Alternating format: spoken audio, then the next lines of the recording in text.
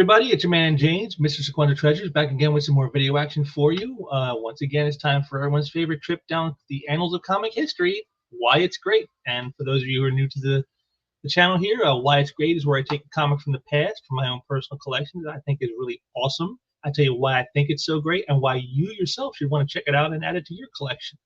And so to get things off, we're going to start it off with what's the book today? What have I dug out of my treasure trove of awesomeness? Well, today it's Batman 424 by Jim Starlin and Mark Bright, a classic book from 1988. The summer of '88, I think, is when it came out. So it's like right at the start of, we all know, is Batmania. For those who were around in the late '80s, you know 88, 89 was just Batmania time. Everyone was excited about Batman, and this issue will give you a great example of why that is. But also it's kind of an interesting issue as it shows you a side to superheroics that you don't often see, which is how it doesn't always go the way they think it's going to go.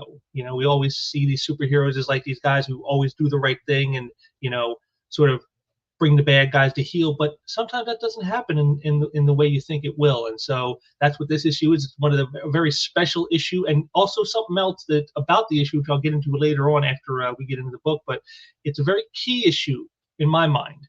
And so we're going to get into that here in a moment. But before I get all that, I want to thank you for joining me today. And I want to say, if you like what you see here, make sure to drop a like down on the video so you can help it out the algorithms to help us get more traction. Also, if you got any comments on this book after you hear from me, you got anything you want to say, drop it down there in the comments. I want to hear what you folks think, you know, about these books. I've really been getting some good comments lately. I thank you for that. It's been awesome. I've been enjoying that a lot. And also be sure to subscribe to the channel if you haven't subscribed so you don't miss all this great content I'm pumping out like mad for you guys. So make sure to subscribe if you haven't. And if you have, share out some links and, you know, share the love. Let some other people come check it out so we can grow this channel along here with me and get even more great stuff going. So again, I thank you all for joining me today, and without any further ado, let's get on into it. So as always, we get me off the screen because, as always, it's not about me. This is always about the books. And let's bring that up right now.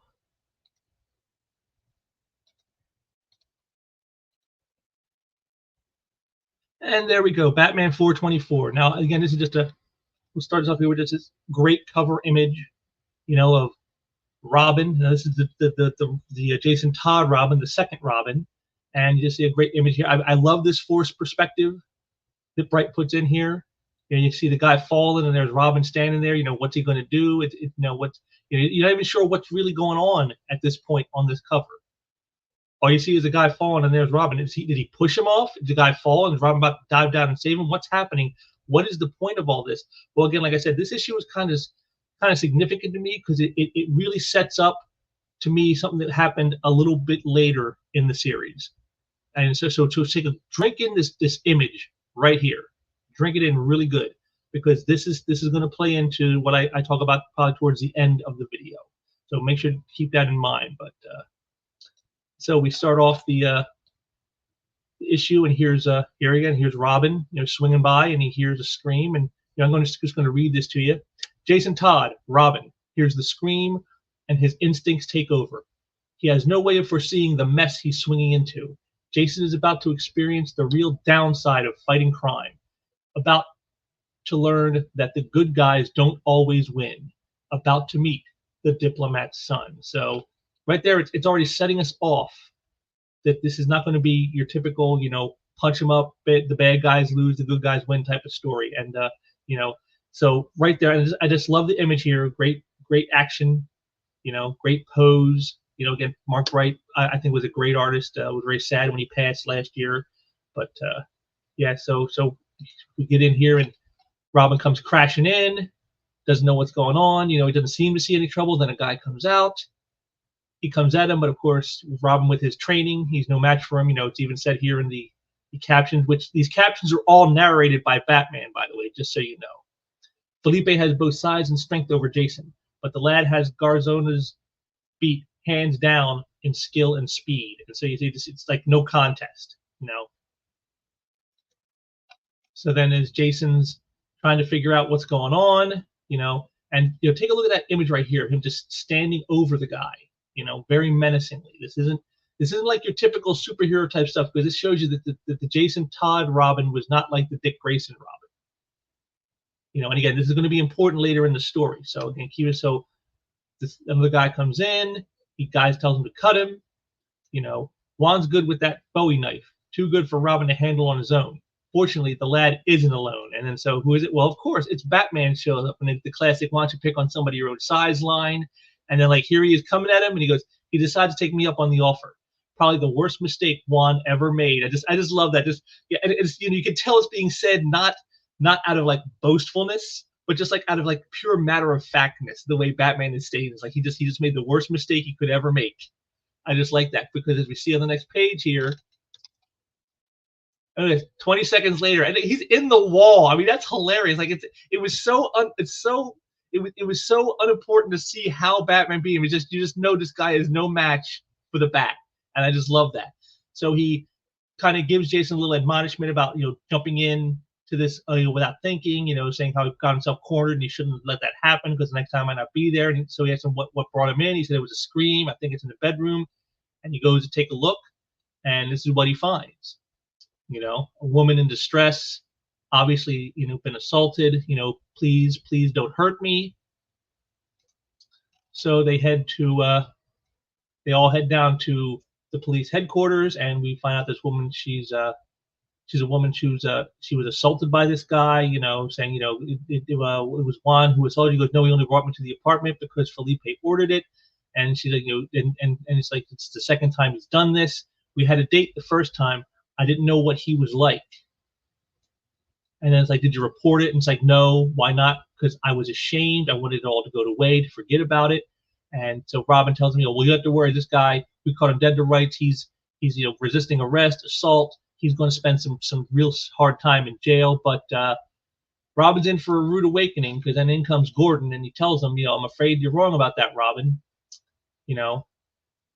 Felipe says Miss Stanton came to the apartment on her own, uninvited. The story is Gloria got her black eye banging into a door when she tripped. Just the classic stuff you hear from people who like spousal abuse and that type of thing. People who beat on those they supposedly love. Just it's always their fault, it's never theirs. And he claims Gloria is trying to cause him trouble because he'd broken off their affair. And Juan backs the story up. So, it's all lies. And, Gordon says, I know that. He goes, but we're going to have to cut him loose.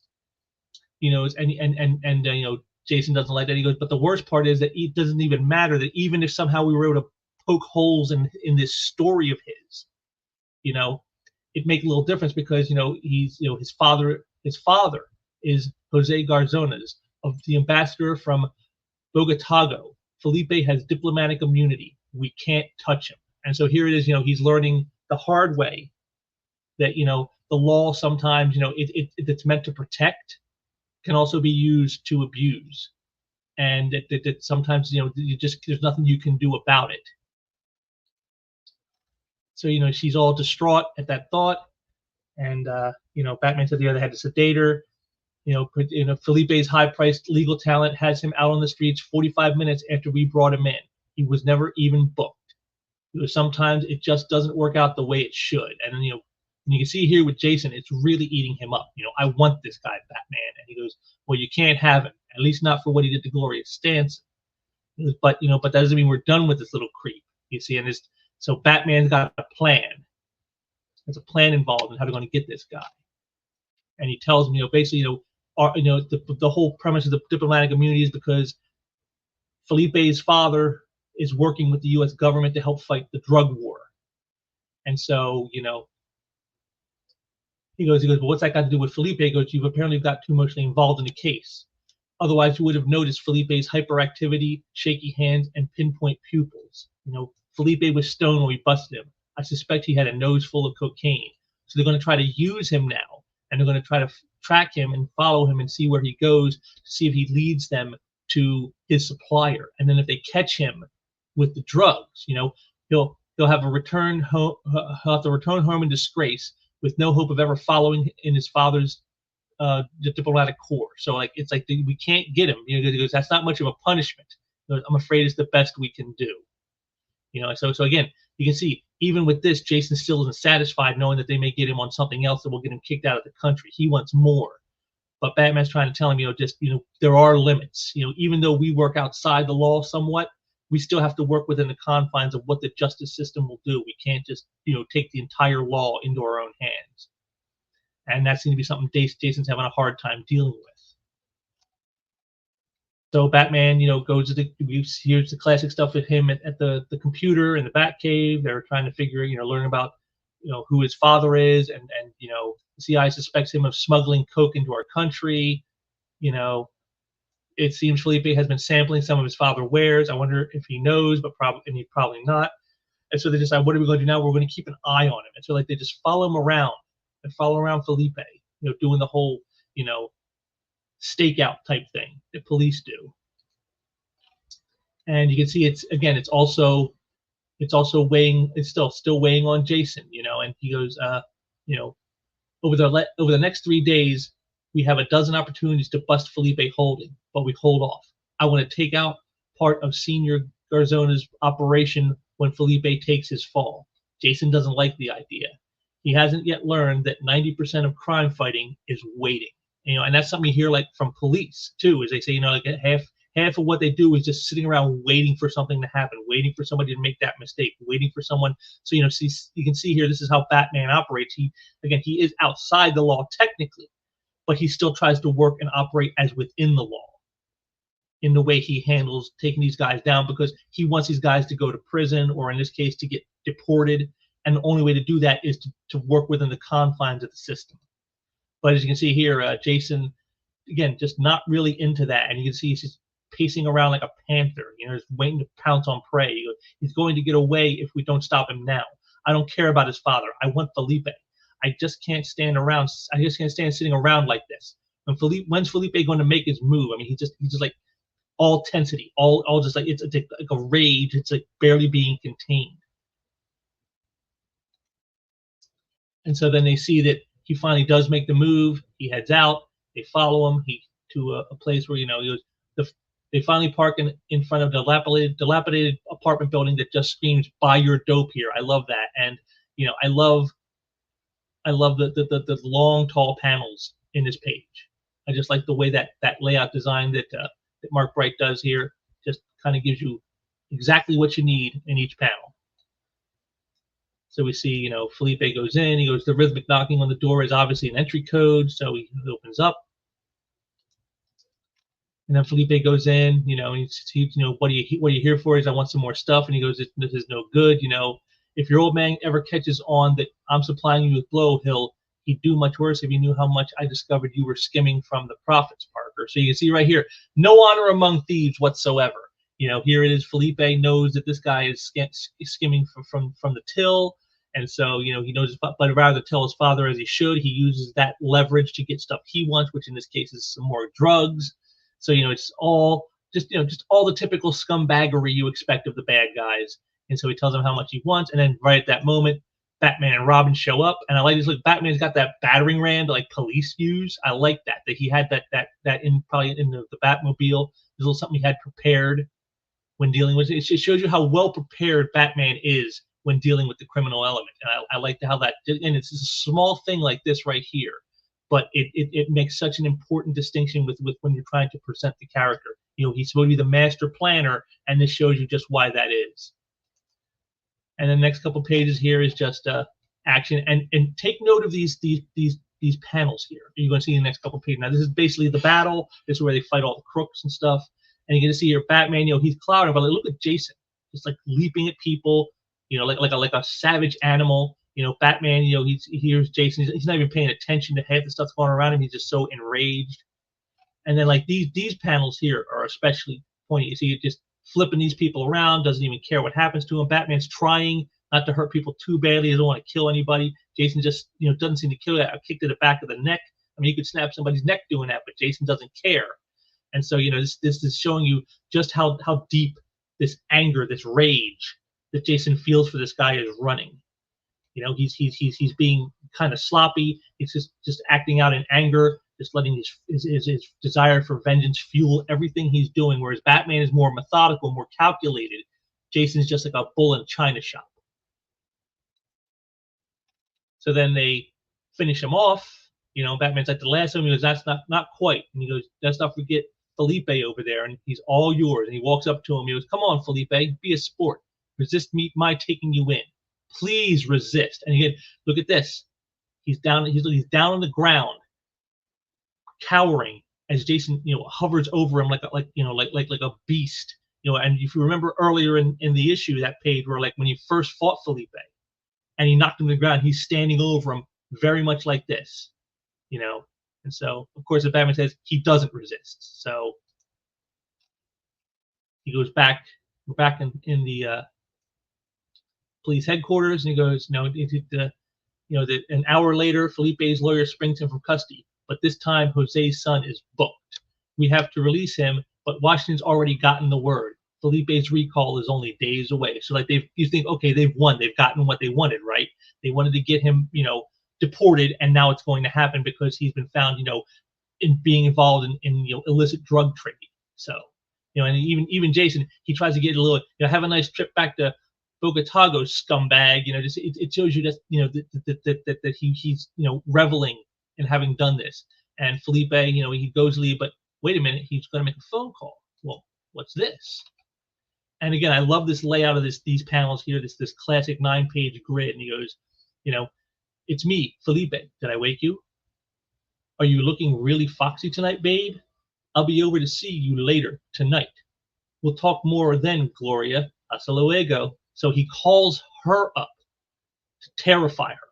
And he, Jason, just again, he can't even, he explodes. He can't even contain his rage. You animal, you dirty, stinking animal. And he goes, let him go, Robin. He's not worth it. And then Gordon, that Gloria, that poor girl, she's got to be in a panic. I'll get her phone number from the registry. So they try to call her, but she's not picking up. Gordon, right here, I don't like this. So they go to head over. And Batman knows that the doorman says they don't remember seeing her leave the building in the last hour. They go to the door, she won't answer, so they kind of break it in. They're screaming for her, where are you, Gloria? It's Batman and Robin. Batman tells them go check the bedroom, and well, you can almost tell here just by Jason's expression. You know what comes next. There it is. Gloria had been like cracked crystal, still beautiful, but someone you'd be afraid to touch for fear of shattering her.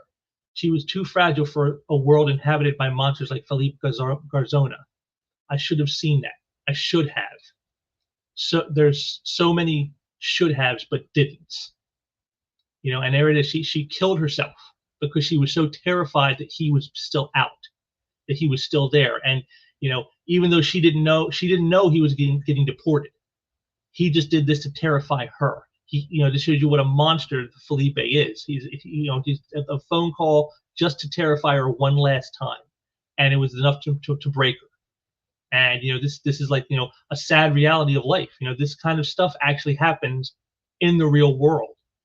And you can just see, like, look at Jason's expression here. Look at his posture. He's just devastated at this. So Batman calls it in, but then when he gets done, Robin, gone. He has to be heading for, and we all know, Felipe's apartment. So here's Felipe, knowing that the jig is up, probably going to be heading back in the next day or two. So he's just sitting there making himself a drink, lamenting all the great stuff he's going to miss out on now. No more cocaine, no more American women, and Gotham. I'll miss this lady also. I wonder if I will ever return to this neon city. And then, boom, there's Jason. And I like it. It's not even like large. It's like he's almost like whispering it, like Felipe, like just enough to get his attention. And you see his reaction. You see how Felipe reacts. And then there he goes. Remember our cover? There he goes. And then just then Batman shows up. Robin, what happened? And then just he looks at him and nothing. Just looks away. Did Felipe fall or was he pushed? And I just love this shot right here, just the close up of Batman's squinting eyes. Just like he wants to know the answer, but almost like he already knows, but he wants to hear it anyway. And so then Jason, again, look at that face, and then he says, I guess I spooked him. He slipped, and then he leaves. And just look at this image right here. This shows like it's almost like a broken bond. Batman. He doesn't believe his partner. Jason just calmly slips away. Doesn't care. He's done with this, and that's where the story ends. And so this is a great story because again it shows you the downsides to the superhero businesses. The good guys don't always win, just like in real life. We always like to think that justice will triumph over evil, but it doesn't always. And that's what this story tells. I mean, it's a story that could happen in the real world, and that's what made Starling's run so great. Is he brought so much real world elements into so many of the stories he told in his run. And this one is just a classic of just and of just how the futility sometimes in trying to do what is right. You're not always going to get the outcome you desire, even when you're doing what you know is right. And here you saw with Jason, he's like more of that mindset of I'd rather do what's right than to do what's legal. And because the two don't always line up. What's right isn't always what's legal, and what's legal isn't always what's right. That's the whole point of the whole story here, because I just saw Gordon say that sometimes there's nothing we can do. The guy, he made up a story and it's basically he said she said, and but even if we did poke the holes in that story and prove that he did do it the way she says, it doesn't matter because he has diplomatic immunity. The law states there's nothing we can do. So what's legal wasn't what was right. But then here's Jason doing what he thinks is right. But of course, as we all know, that's not legal what he did. So it's the whole contrast of what's the right way to go. How do you deal with a monster that the rules don't seem to apply to? And this story, just all that ambiguity, and like I said, this last scene here with him and Batman just kind of says it all, and it's just a great moment. And to me, like I said, I mentioned at the beginning of the video here that this issue is significant, and I think it's significant because I think this story, more than any other that was told around this time, is the reason for the outcome we saw in Batman 428 and Death in the Family of why Jason dies. This right here, he shows he's more wild, he's more vengeful seeking, he's more willing to break rules than to follow them if he thinks it's if he doesn't agree with them. And this is kind of where you see that break right here in this image between him and Batman. And I think this is ultimately what leads to that outcome in Death in the Family. This to me is the story that cost Jason Todd his life. This is why he dies, is this story right here. And so for that alone, the significance of this story to me is very key. And again, just the great work by Mark Bright. Look at the musculature, the way he handles the figure work on Batman here, just the beautiful stuff. And even smaller images, like I said, like this close-up shot here of Batman's eyes, just perfectly done.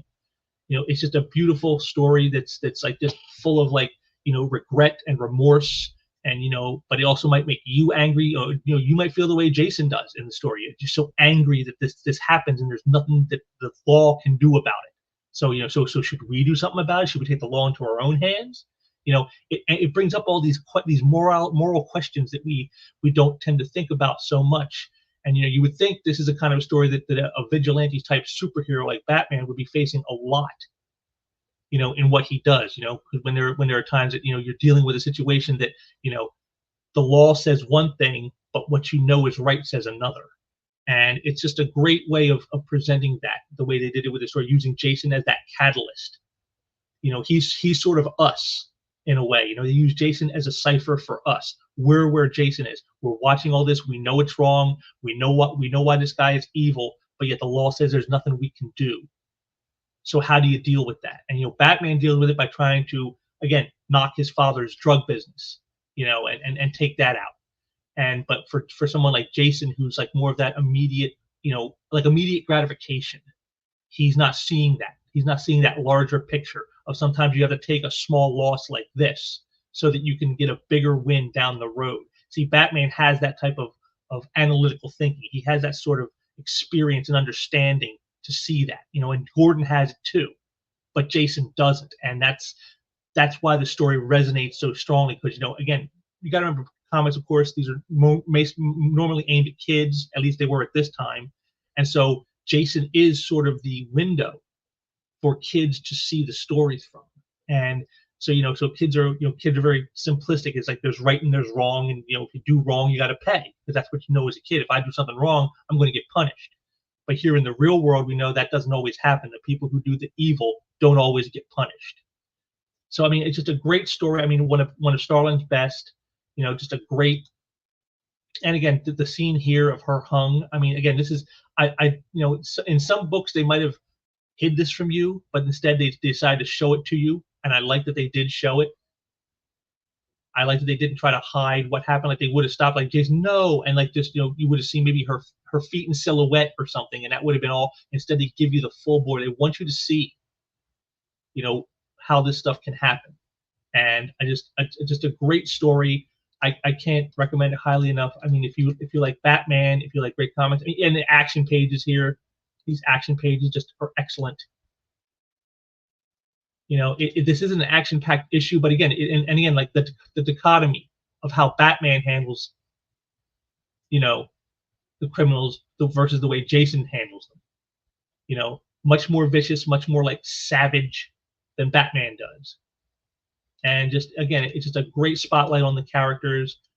You really get a lot of, great stuff, great, character moments. And like I said, to me, this story more than any other is what cost Jason Todd his life. This was the story that the decision was made. He's got to die.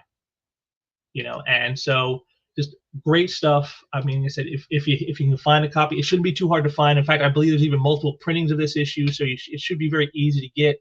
It's not going to be a very expensive issue. You should probably get this for like a good $5 or $10, depending on what printing you get or whatnot. It's not a very expensive issue, but definitely a very thought-provoking one that speaks to a truth not only within the world of Batman, but within our real world as well. And to me, that's always some of the best stories, is when you have something that can reflect to the real world and speak a truth that we all know is real. And that's exactly what this issue does. Starlin at his best. Mark Bright's great art. It's a total package to me. This is the classic Batman. This is what you want. And yeah, if you guys can find a copy, definitely go check that out, because I don't think you'll be sorry for giving this the gander that it richly deserves. So, and there you have it, Batman 424, a classic comic from 35 years ago, 40 years, 35, 40 years ago. These great tales of action, suspense, and moral quandaries. Just like I said, this is the kind of stories that like really make you think as a kid when you're reading them, and in a way, kind of set you up for what you should expect in the real world. And I can't think of a higher praise to a story that it helped to mold me into understanding that like what happens in life isn't always going to happen the way it should. And it's a great story, and like I said, a very key issue as far as the Jason Todd Robin goes, and what would ultimately be his fate. So definitely one worth checking out. And I want to thank you all for joining me today. And again, like I said, if you got any comments about this, drop them down there below. What did you think? Did you read the issue? Do you think I'm on the money about this being the issue that basically set Robin on the road to death, or do you think I'm off base with that? Give me some of your thoughts and let me hear what you guys got to say.